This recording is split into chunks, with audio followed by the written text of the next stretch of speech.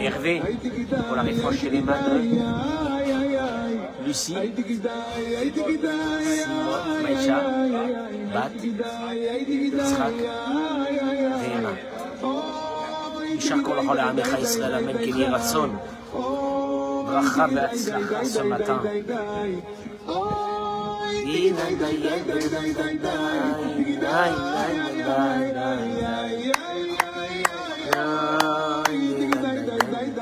Merci David d'être là parmi nous.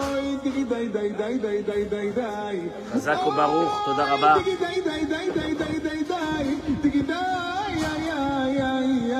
Toda Rabba, Baruch Rabba.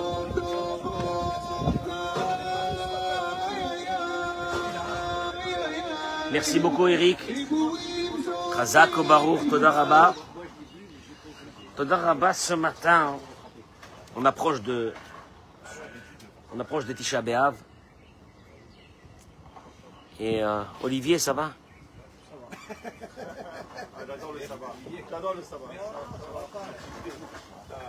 La Kippa Kabana qui nous a amené ce matin, j'ai jamais vu de ma vie. Mais d'où il sort ces kippotes? Mais ça veut dire quoi? C'est par rapport à l'ambiance du matin. Tu te lèves et tu choisis parmi les kippotes que tu as. C'est fabuleux.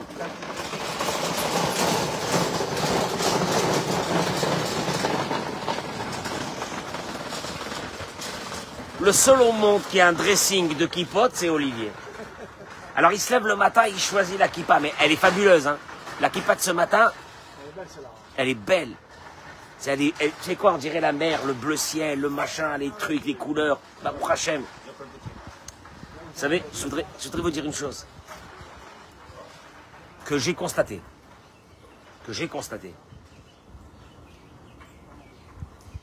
Le remerciement à Dieu vous ouvre des portes que vous ne pouvez pas vous imaginer.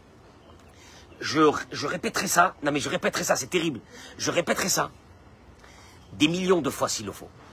Jusqu'au jour où j'ai devant moi des gens que toute la journée ils remercient Dieu. Ils savent pas. D'abord combien c'est dur de remercier, vous allez le voir pourquoi. Mais que si on arrive à surpasser à passer ce moment et à remercier Dieu, vous ne savez pas les portes que vous pouvez vous ouvrir dans votre vie. C'est un vrai travail. Parce que, suivez ce que je vais dire, Moshe, il commence à parler. Et il donne ses dernières recommandations avant de partir de ce monde. Qu'est-ce qu'il va faire? Tout le livre de Devarim, c'est quoi? Gérard, c'est quoi tout le livre de Devarim? Il rappelle à la nouvelle génération, puisque l'ancienne génération est décédée dans le désert, tout ce qui s'est passé.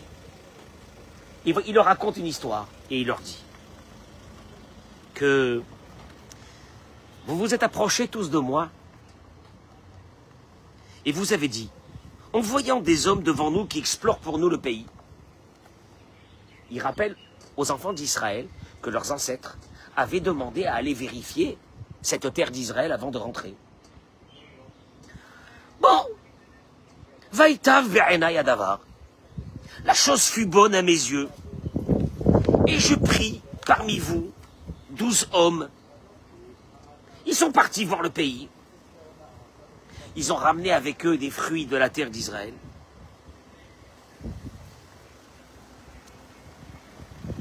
Et voilà que vous n'avez pas voulu, vous n'avez pas désiré de monter dans cette terre. Vous vous êtes rebellés contre la parole de Dieu. Vateragenu be'aholechem. Il traduit ici en français le mot Vateragenu. Je vous donne 1000 € si vous me trouvez le mot. Non, 1000 shekels, pas 1000 €. On ne parle pas d'euros. L'euro, il vaut plus. Non, l'euro, il vaut plus rien. Vateragenu. J'accueille mes amis sur les réseaux sociaux. Partagez ce cours. Pendant que vous le regardez, il y a un petit truc. Partagez.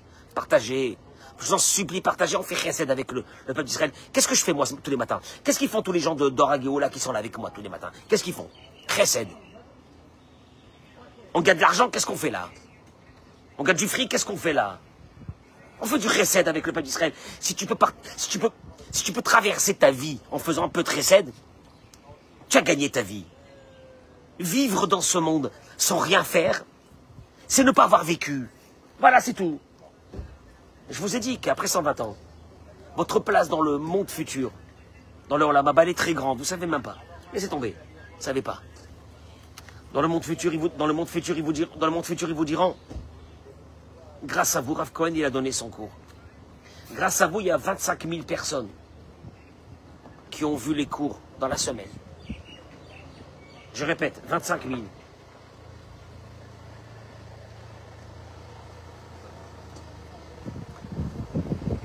Merci Boréola, merci Hachem, merci Hachem. Qui en est?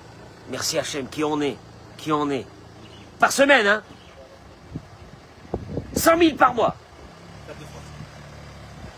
100 000 par mois. Chiffre d'affaires de malade. Et on est en expansion, et il monte. C'est la folie, non mais c'est la folie. Gérard, c'est la folie. Et Dieu il dira, si vous n'étiez pas là, bah, Rav Cohen, il serait parti prendre un petit déjeuner où il aurait étudié la Gemara avec ses amis là ici, il est tranquille, à l'intérieur, là ici, il fait bon, hein ou non? Richard, c'est la folie.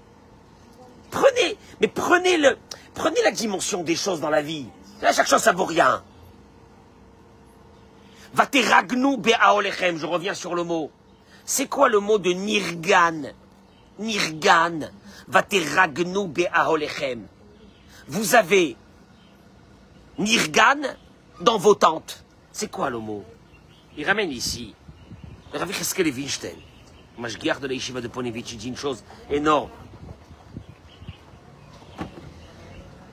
Rashi ramène sur le mot de Vateragnu. Je vous traduis le mot de Vateragnu. Allez chercher sur Translate un nirgan. Vateragnu, ça veut dire c'est le verbe au pluriel. Mais la racine, c'est nirgan. Le nirgan, c'est un râleur, un grognon, un maussade, un aigri. Aigri, maussade, grognon, râleur. Ah, il n'y a pas ici. Il n'y en a pas ici. Il ne rentre pas ici. Et Rashi ramène sur ce mot de grognon, râleur, maussade. Et vous avez commencé à dire, Vatomrou, vous avez dit, c'est les textes de la Torah. Après avoir râlé, après avoir été grognon, après avoir été maussade, après avoir été aigri, vous avez dit, Bessin ata donai otanu. Dieu nous est tellement qu'il nous a amenés dans ce désert pour qu'on meure là-bas. C'est monstrueux. Hein, Hervé? C'est les mots de la Torah. Et Rachid dit, Vewa Yahweh Vetrem, alors que lui, vous aimez. Regarde le paradoxe. Vous êtes en train de dire, Dieu, vous êtes dans un état épouvantable. Et vous avez commencé à dire, Dieu, il nous hait. Hein? Tu connais ces mots-là, quand on les a dans la tête. Qu'est-ce que j'ai fait au bon Dieu? Qu'est-ce que j'ai fait au bon Dieu? Pourquoi? Pourquoi Dieu, il m'envoie des épreuves? Qu'est-ce que j'ai fait au bon Dieu? Apparemment, il me hait. Ça, on les a, ces mots, on les a. À l'intérieur de nous, on les a. Et de là va naître une colère. Et on devient maussade et gris. Veoua Yahweh Vetrem, il dit Rashi. Alors que lui, vous aimez. Regarde le paradoxe. Dieu t'aime, et toi, tu te dis Dieu me hait. Elle est belle ou non? Eh bien, hein? Echitachen, il dit le Rav Yecheskel Levinstein. Comment tu peux comprendre une chose pareille? Que Dieu t'envoie toute la bonté du monde. Et il y a une population qui va se lever, qui va dire Dieu nous hait. J'ai dit à quelqu'un ce matin, à Raphaël, il a une petite fille. J'ai dit à Raphaël, il y a une chose que je m'habituerai jamais. Quand je vois un bébé qui vient de naître, il est entier, il vit, il boit, il mange, il fait ses besoins. Il pèse 3 kilos. Je sais pas. On s'habitue à ça. On a eu des enfants, on s'habitue à ça.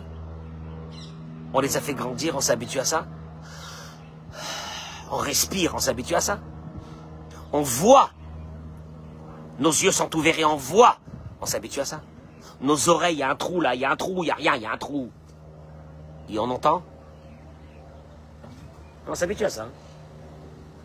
Le Ravi Cheskel Evinstein, il dit, Zokocha shel nirganut. C'est ça la force du grognon, du Mossad, de celui qui est atteint d'une maladie incurable, le Mossad. Le râleur, rien ne va plus. C'est horrible. La vie, elle est horrible. Kacher Adam, quand un homme, l'omechanech atzmo, il ne s'éduque pas. Les koach hativ'i sheyesh bo liot nirgan. Il ne s'éduque pas contre eux, ce caractère naturel d'un être humain. D'être... Oui, le caractère naturel d'un être humain, à la base, c'est un aigri, un Mossad, un râleur, un grognon. Non, mais Gérard, c'est le normal. Quand tu t'éduques pas contre ce problème-là, Aloul et Agia les Matsavim, Moufrachim les Gamré, il peut détruire sa vie. Zoé, oui, il peut détruire sa vie. Il a des maisons, il a des biens, il a de l'argent, il a de quoi vivre, et il te dit, j'arrive pas, j'arrive pas, j'arrive pas, je suis pas bien tout le temps, j'arrive pas. Zoaita Tvia, Shel Dordea, c'était ça le problème avec la génération de nos ancêtres dans le désert. Chez l'Ochin Chouatzmam, ils ne sont pas éduqués. Et oui, c'est une éducation. Ouais. Ah bon? Bah, Rav Cohen, il est content tous les matins. C'est bizarre. C'est bizarre. Il doit pas avoir de problème, lui, Rav Cohen. Non? Bizarre. Chez l'Ochin Chouatzmam, ils ne sont pas éduqués. Mais Teva Anarganout, de ce trait de caractère monstrueux qui s'abat sur l'être humain. Vezeo vilotam leotzidi ba'alaretz. Et de là, à dire à Dieu, j'en ai marre de toi, je veux plus de toi, tu me hais. Et c'est pour ça que tu m'as fait sortir d'Égypte, le chemin il n'est pas très long. Mais Anien Meod, il dit, ça c'est le Rav Cheskel Evinstein, il dit, si tu t'éduques pas sur ça, tu seras un râleur toute ta vie. Ouais, ça c'est un travail. Alors Richard, on n'est pas joyeux. On n'est pas... il est content, il est simplé. Il est content, il se suffit de peu.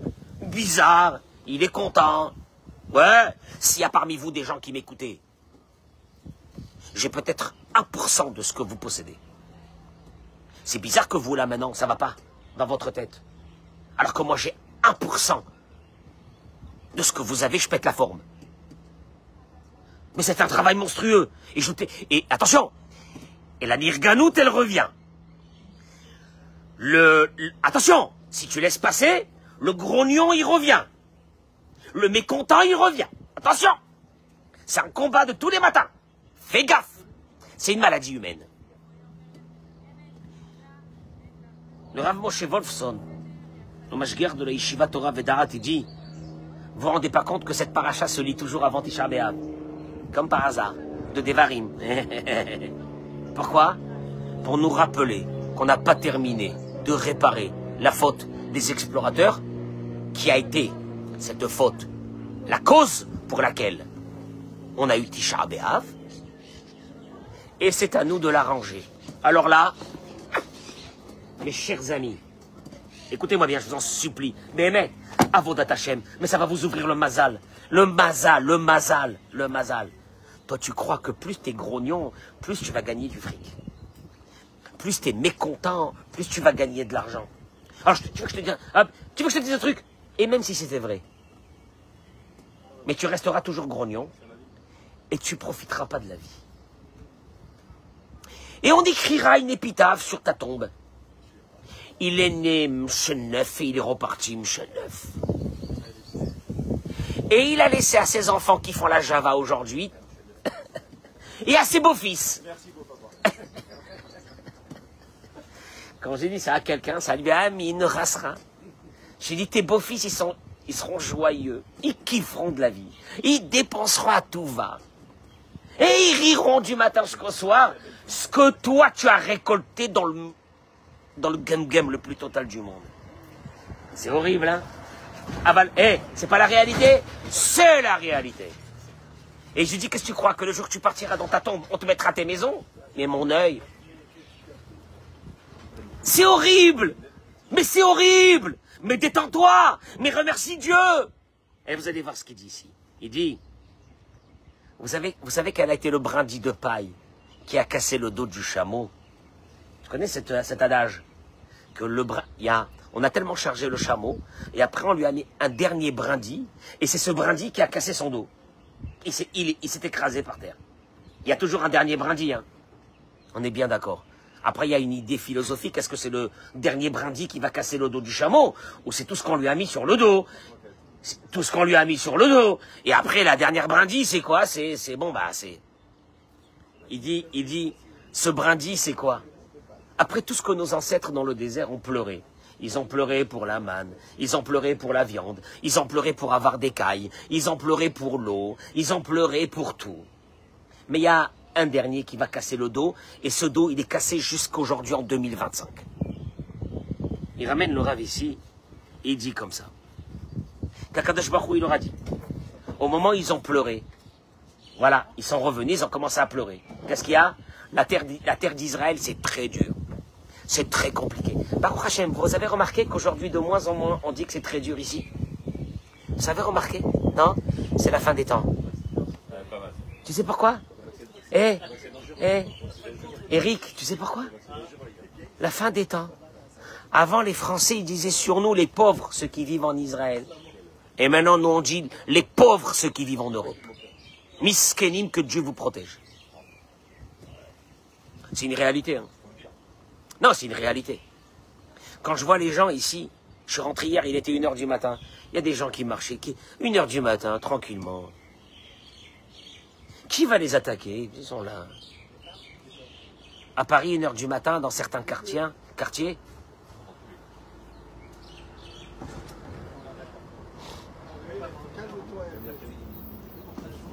Ouais. Ouais.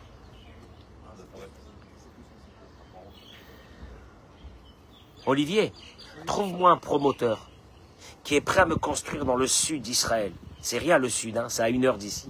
Quand on dit le sud, c'est à 18 heures d'avion. C'est là, à 1 heure de voiture. Qui me construit 4 000, 5 000 logements pour que j'amène mes frères de France. À des prix très très très bas. Avec une grande synagogue, un endroit à nous. Je vais là-bas habiter. De toute façon, moi je te dis une chose, tu me mets dans le trou du trou d'Eretz Israël, de la terre d'Israël. Pour moi, c'est la terre d'Israël. Qu'est-ce que je m'en fiche? C'est 100 fois mieux pour moi que Neuilly. De quoi tu parles? Attention, je suis pas un illuminé, hein, ni un grand sioniste, hein. Je connais les problèmes d'Israël. Pas un grand sioniste. Je suis réel. C'est la réalité. Si Hervé, tu me trouves ça un jour, je vais sur ce projet. On amène 4-5 000 familles avec nous. Et on ouvre des écoles et on ouvre tout. Et tout ça, pourquoi il dit une chose? Il dit une chose. Dieu, il leur a dit, vous avez prié, vous avez pleuré. Ce soir de Tisha B'Av, quand ils sont revenus les explorateurs, vous avez pleuré un pleur. Vous pleurerez, comment c'est marqué? Ekba, c'est énorme. Je vais vous fixer, il dit Dieu, Bechia, des pleurs, les dorotes. Moi, j'ai jamais entendu que Dieu dit une chose pareille. Je vais vous fixer. Et là, il dit, le Rav, t'as pas compris une chose? Que Dieu il est en train de dire. Tout ce qui vous est arrivé, c'est pourquoi? Alors que j'allais vous amener dans la terre d'Israël, vous pleurez. Je vous fais du bien, vous pleurez. Alors regarde. Je fixe. Qu'est-ce que ça veut dire, je fixe? Je fixe. Pourquoi Dieu, t'es méchant? Pourquoi tu fixes? Laisse-nous tranquille. Après, on a eu à cause de ça la destruction du premier temple. Et le peuple d'Israël a quitté Israël. On a eu la destruction du deuxième temple et on n'a pas terminé. Ça fait 2000 ans qu'on est dans des galères. Ça fait 2000 ans. Ça fait 2000 ans que le juif, il n'a qu'une fonction, se faire massacrer. D'ailleurs, le monde entier est choqué que le juif ne laisse pas se faire massacrer. Le juif se défend. Ah, c'est scandaleux. C'est scandaleux, on ne peut pas accepter une chose pareille. Ça, non. Que les Syriens massacrent les Druzes, normal. Que Assad a tué 600 000 Syriens, normal.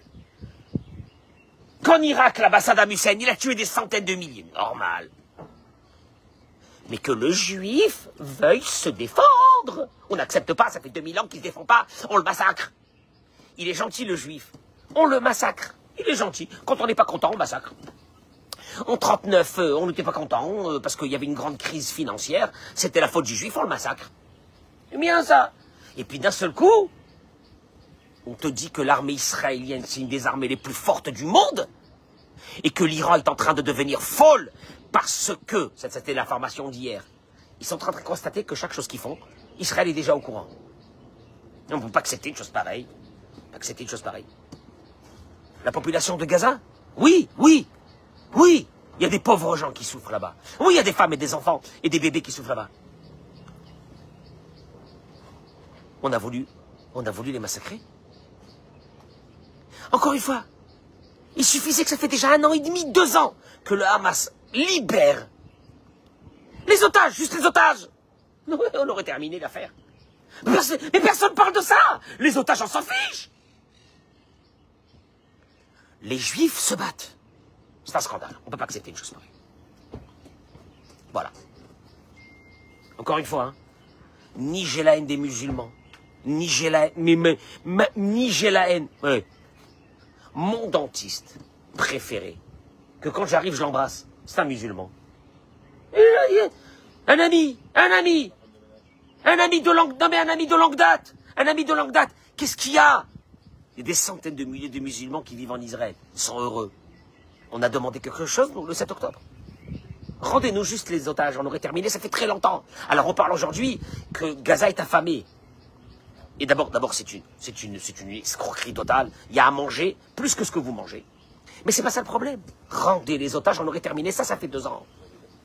Est-ce qu'il y a un Gazaoui qui a sauvé un juif? Je ne vais pas rentrer dans ça. Akadosh Baruch Hu, il te dit, tu sais pourquoi je t'ai fixé? Tu sais pourquoi je t'ai fixé tout ça? Parce que j'ai compris qu'une chose. La Géoula ne viendra pas.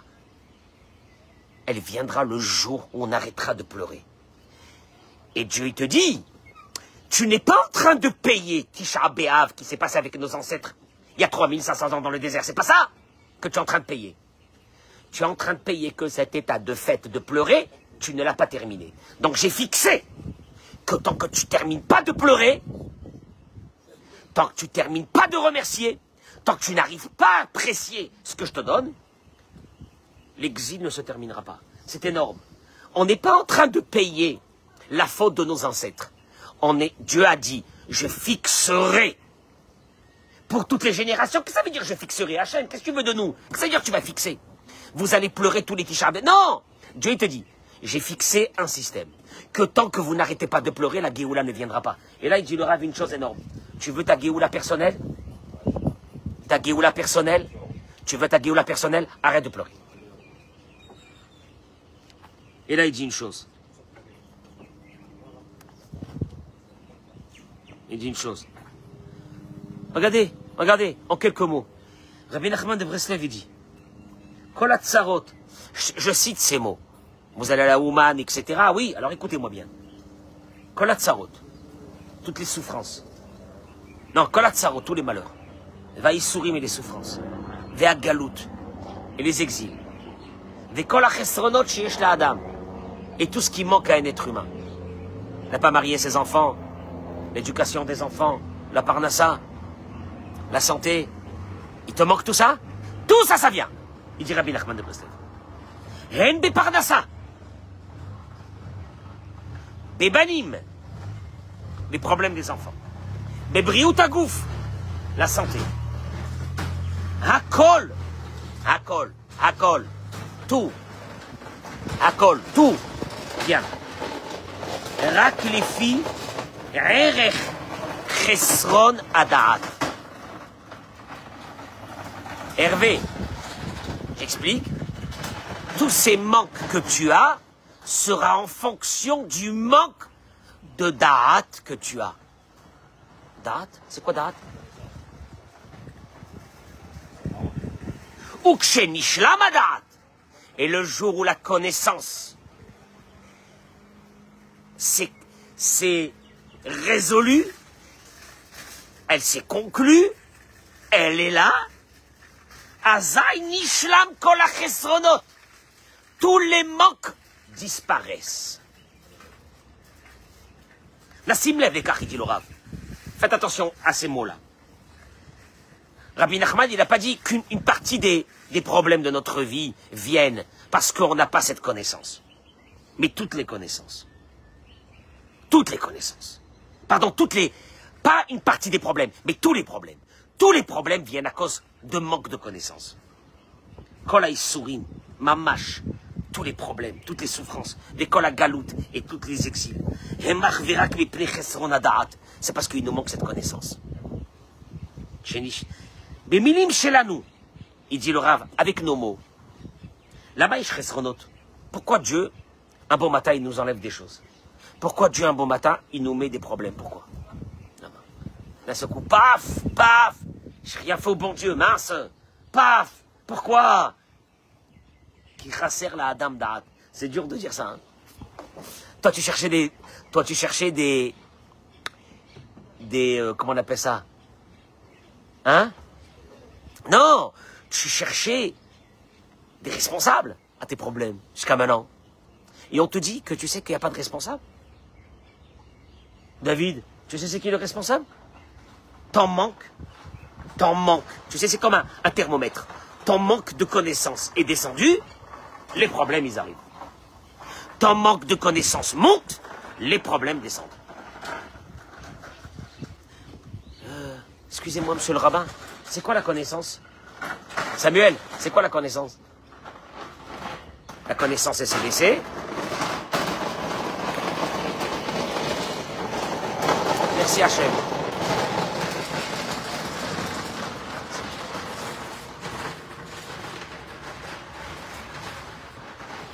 Olivier, c'est quoi la connaissance qui se baisse? Tu baisses ta connaissance, les problèmes y montent. Tu fais monter la connaissance, les problèmes descendent. Bon? C'est la faute de personne. Non. Donc en vérité, c'est moi. Oui. Alors comment je fais? C'est quoi la connaissance? Il dit la connaissance, chez Akol mais Hachem. Hervé, tout est géré. On me fatiguait avec ça, monsieur le rabbin. Tout est géré par Dieu. Ve'akol letova. Et tout est pour le bien. Kasher adam mashlim et emunato. Et quand l'être humain, il a accompli, il a complété sa imuna. Que quoi? Tout est d'Hachem. Je m'énerve sur rien. Il n'y a pas de fautif. Oh, pas de fautif. Il y a un qui m'a dit, elle m'a pris la voiture, elle me l'a massacrée. Je vais la tuer. Alors je lui dis, donne-moi tes tefilines. Il m'a dit, pourquoi? Je lui dis, donne-moi tes tefilines. Ne prie plus. Ça sert à rien. Si tu penses que c'est ta femme qui t'a cassé la voiture, ne prie plus. Il m'a dit, je vais changer de synagogue. Je lui ai dit, mais va-t'en. Non, il ne veut pas partir. Quoi, c'est pas elle? Non.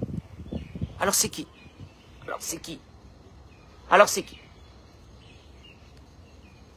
D'Akol letova. Akol letova, ça m'a réveillé. J'ai commencé un peu à zigzaguer en ce moment. Là! Hachem, tu me laisses pas me reposer un peu? Non. Non. Je t'aime.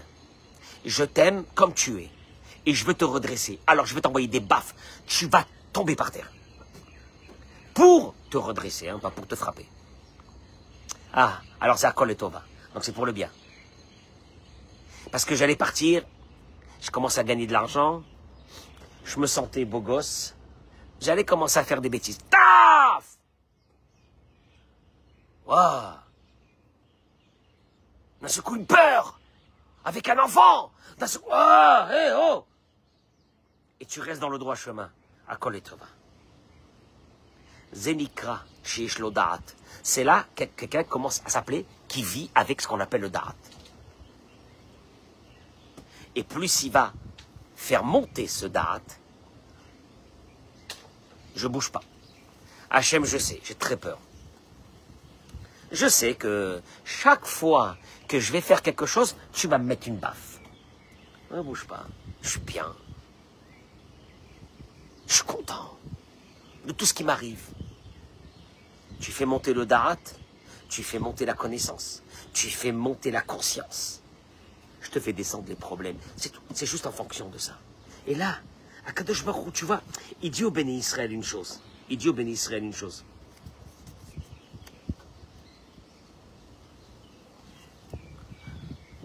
Il dit au béni Israël une chose. La majeure partie de nous tous, on est accablés par le yiouch.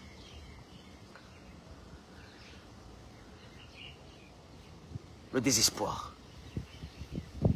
On a des problèmes, chacun a des problèmes, le désespoir. Tous les matins on se lève avec le désespoir. Il dit pourtant, qui colle à dame, chaque être humain. Il va commencer à être content, à sourire. Content de quoi? Content de quoi? Hervé, content de quoi? Content de quoi? Content de quoi? Content de quoi? À Kol et Tova. C'est Hachem. Je suis content, je te suis à Kadosh Baruch Hu. Il n'y a pas de problème, il n'y a pas de regret, il n'y a pas d'inquiétude. Il y a là. Et tu ris, et tu es content. Ifteru lo kol habayot. Tous ces problèmes seront résolus. Ki ha'emuna pirusha she'akol tov. Parce que tu ne peux pas avoir la emuna et me dire c'est une catastrophe. Voilà le paradoxe. Tu as la emuna, tu as des problèmes. Comment tu les décantes? À Kol et Tova. J'ai rien compris, c'est une cata dans ma tête. À Kol et Tova. À Kol et Tova. Et je ris, et je suis content, comme Yosef Hatzadik en prison. Yosef Hatzadik en prison, hein? Tu viens chez Yosef Hatzadik, tu lui dis alors, la Emouna, où tu en es? Et quand le Targum, il dit que Yosef Hatzadik, va yehi Yosef ish matzliach, Yosef, traduction des mots, était un homme qui est matzliach. C'est quoi matzliach? Il réussissait. Le Targum, il dit, et que Yosef était gvar kapiz. C'est des mots en araméen. Il dansait, il chantait en prison. Yosef, regarde, tu chantes en prison? Tu vas sortir un jour de la prison? Il te dit pas du tout. Il n'y a pas de jugement de toute façon. J'étais jeté en prison, c'est terminé, ils m'ont oublié. Combien de temps tu es là-bas, Yosef? 12 ans. Et tu chantes encore? Et tu chantes encore? Et la réalité alors, Yosef? La réalité, c'est qu'en 30 secondes, il s'est retrouvé de la prison à être l'homme le plus important du monde. Next. Et nous, on lit ça. Yosef Hatzadik, il y a qui vont pèleriner sur la tombe de Yosef Hatzadik à Shechem. Yosef Hatzadik, je me mets à ta place, Yosef. Toi, tu savais pas que tu allais sortir de prison. Nous, on sait que tu es sorti. Mais toi, tu savais pas. Yosef, eh ben, Yosef te dit, moi, je chante et je danse. Tout est d'Hachem. À Kol et Tova. Alors là, Hachem, il prend le relais, mais le relais d'Hachem, il est fabuleux. Et tout ce que Dieu veut d'un être humain, c'est ça. La Emouna. La Emouna, la joie. La joie dans les épreuves. Dans les épreuves. Dans les moments où tu as peur. Ils ont eu peur, nos ancêtres, de rentrer en Israël. Ils avaient peur. Ils étaient inquiets. Il n'y a pas de Emouna? Non. Ils ont commencé. Et là, ils ont commencé à grincher. Ils ont commencé à se plaindre. Dieu, il nous aime pas. Non. Dieu, il a la haine sur nous. C'est des mots que vous allez lire ce Shabbat dans la paracha. Il a la haine de nous. C'est pour ça qu'il nous a amenés dans le désert. Des fois, tu dis, Hachem, il a la haine de moi. C'est pas possible. Pas possible. Pas possible. Avec tout ce que j'ai. Et la loi des séries. Et une après l'autre. Et ça sent... Eh oh Hachem, qu'est-ce que je t'ai fait? Akadosh Baruch Hu te dit, le Da'at, il est descendu. Je t'envoie les problèmes. Fais monter le Da'at. Commence à t'apaiser. Commence à être joyeux. Rentre le matin ici dans la joie. Je vais te demander, Gérard, de quoi tu es joyeux? Tu vas me dire de rien. Hachem, il est avec moi. Il m'aime. C'est mon père. J'ai peur de rien. Et l'avenir, Gérard, comment tu la vois? L'avenir? Elle est en fonction de ma Emouna.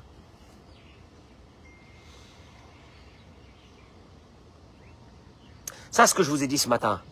Dieu, il dit, écoute-moi bien.